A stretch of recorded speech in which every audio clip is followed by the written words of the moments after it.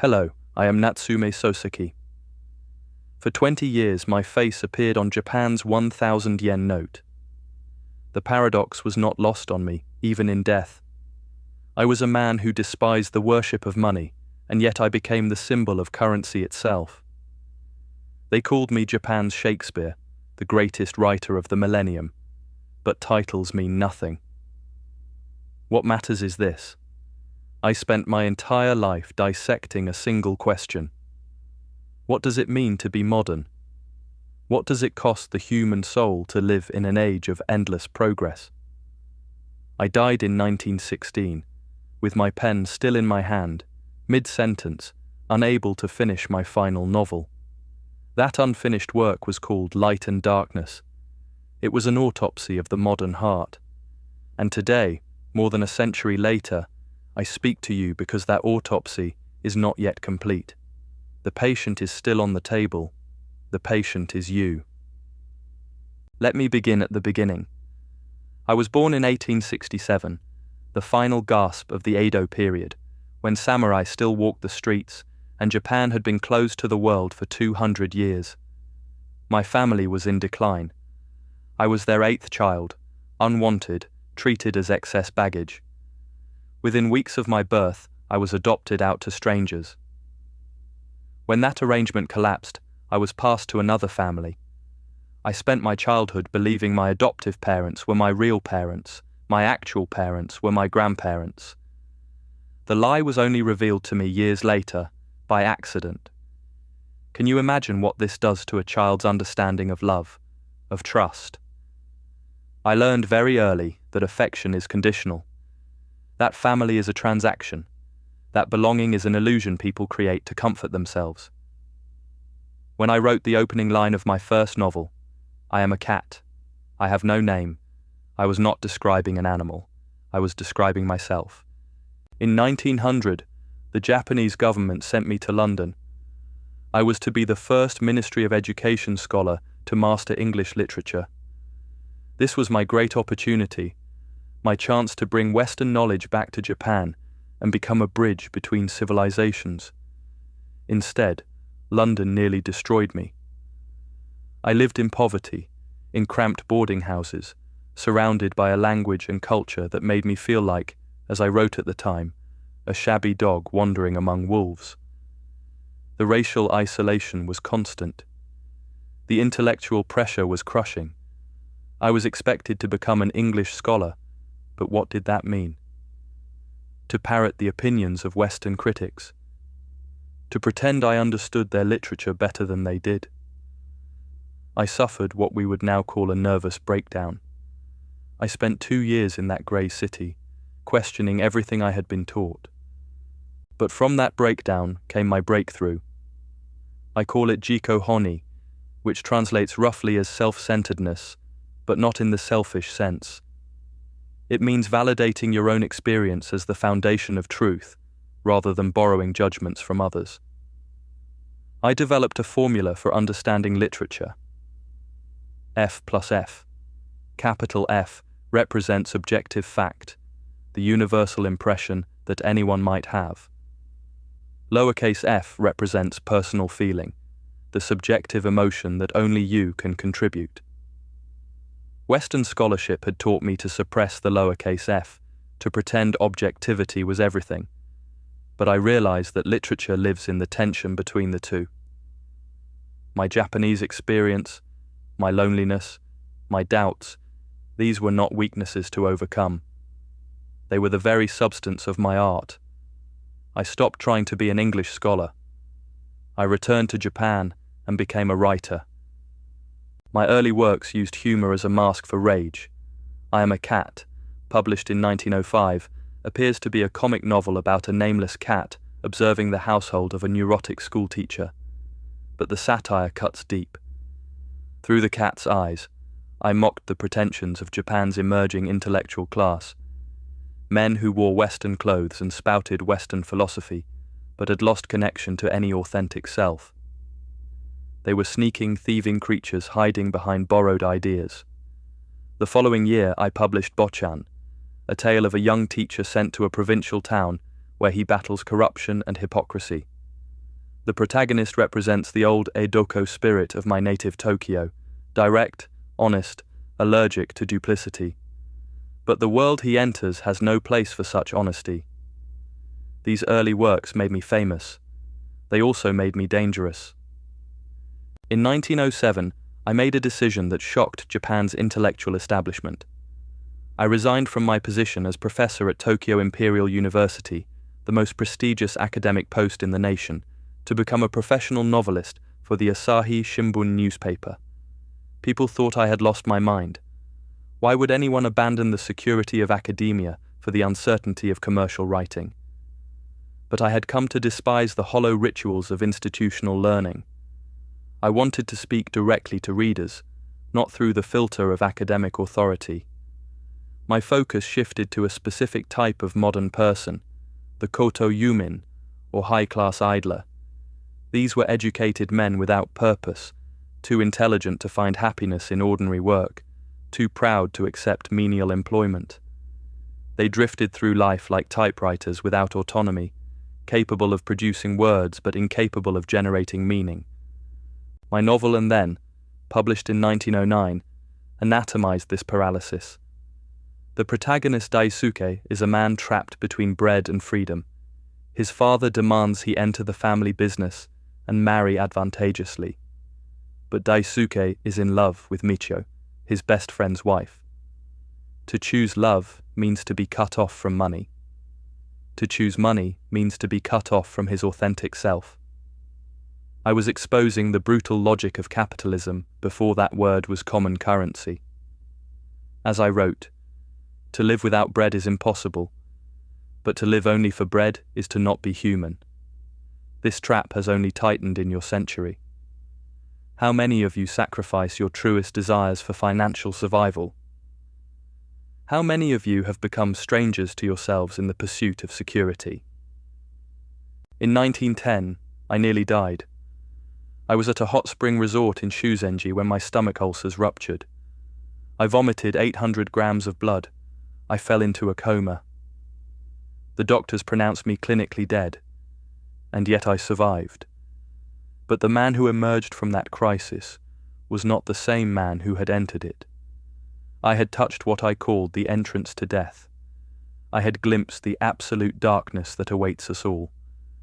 From that moment, humour drained from my writing. The satire disappeared. My work became consumed with death, guilt, and the inescapable prison of the human ego.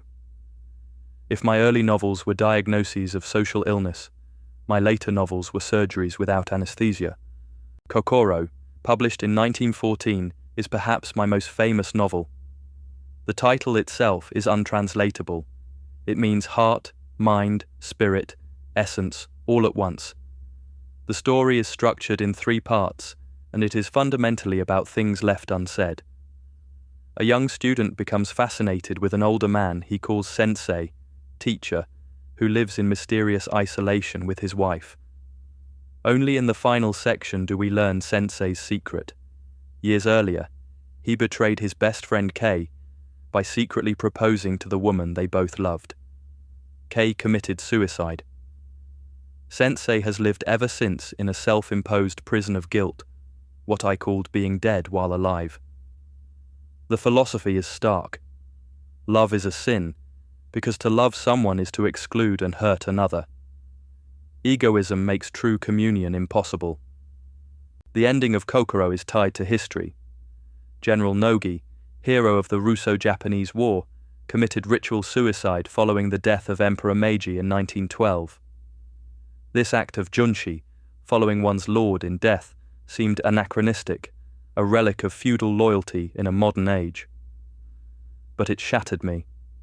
When Sensei hears of Nogi's death, he decides to follow, not from feudal loyalty, but because, as he writes in his testament, he wishes to die with the spirit of the Meiji era itself. The modern individual cannot survive the transition into capitalism with their ethics intact. The death of the emperor left the individual alone, with nothing but their ego. And the ego, as I discovered, is not a source of freedom, it is a prison. By 1916, my body was failing. Diabetes was destroying my pancreas, which at autopsy weighed only 60 grams, far below normal. Stomach ulcers plagued me constantly. I knew I was dying, and yet I drove myself to write my most ambitious novel, Light and Darkness. My daily routine was split in two. In the mornings I wrote the novel, dissecting the hell of human relationships.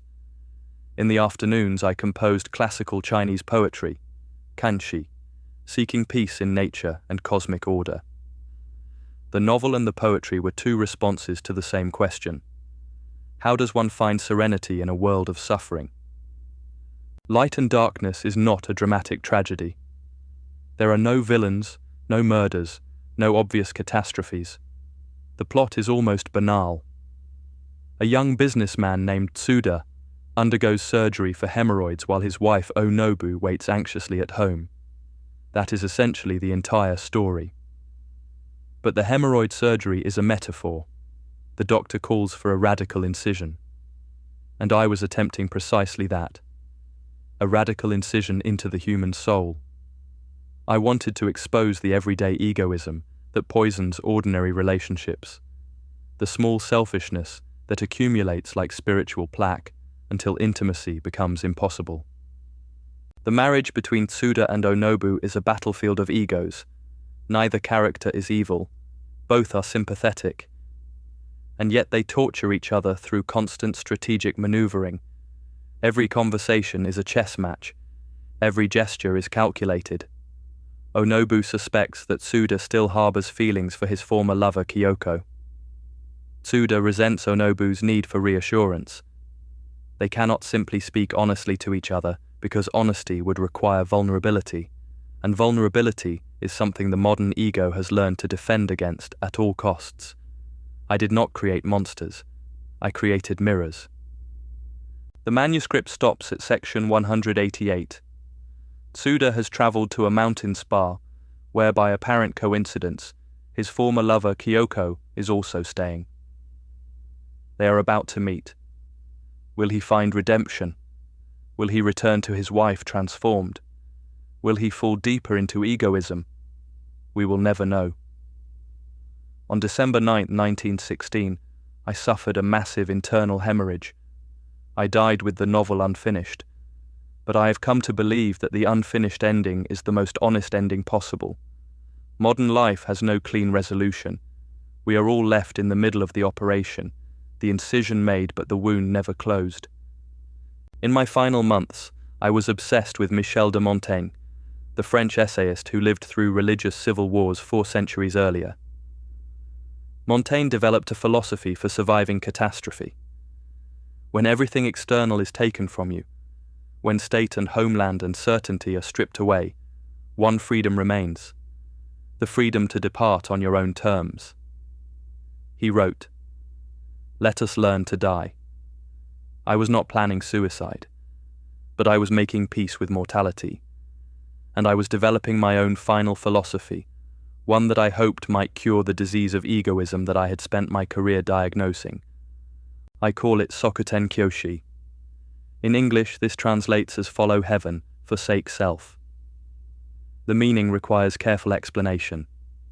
Throughout my career, I had studied the self, the ego, the individual consciousness that modernization forces into isolation.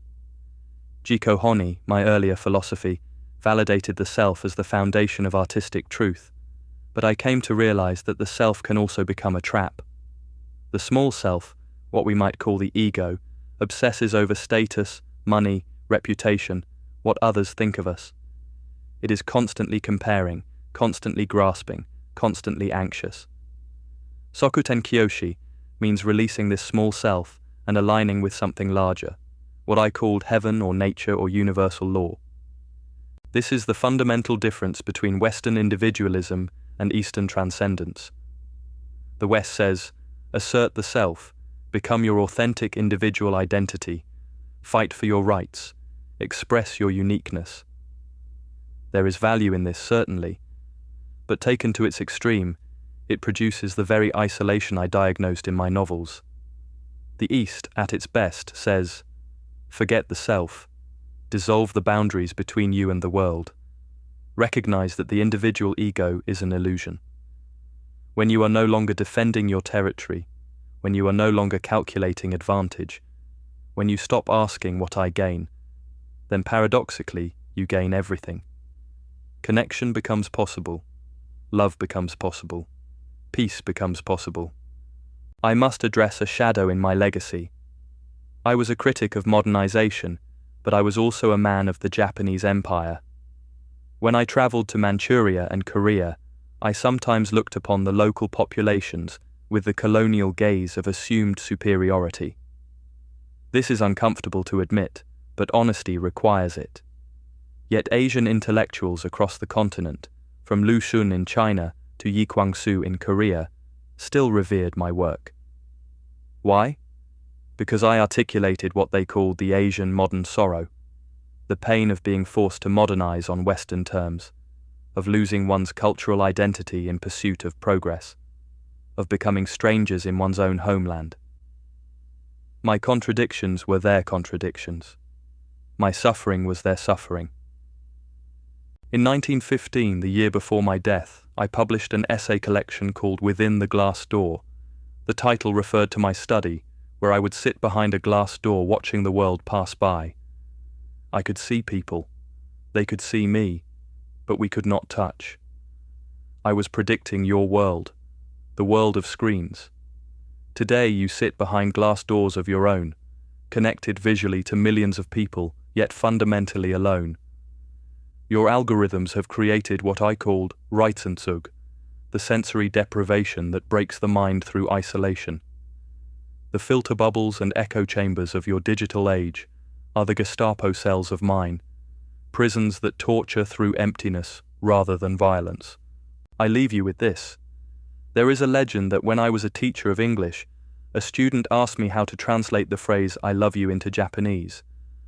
According to the story, I replied, Japanese people would never say such a thing directly. Instead, say the moon is beautiful. Tsuki ga kirei desu ne. This may be apocryphal, but it captures something true about my understanding of human connection. Love is not a transaction to be declared. It is a shared experience of beauty, a moment when two souls look at the same moon and feel, without words, that they are not alone. This is what the modern world has forgotten. This is what I tried to remember in my writing. And this is what I ask you to rediscover. Put down your devices, look at the moon, and remember that you are not alone. Thank you for listening. I am Natsume Soseki. The operation continues.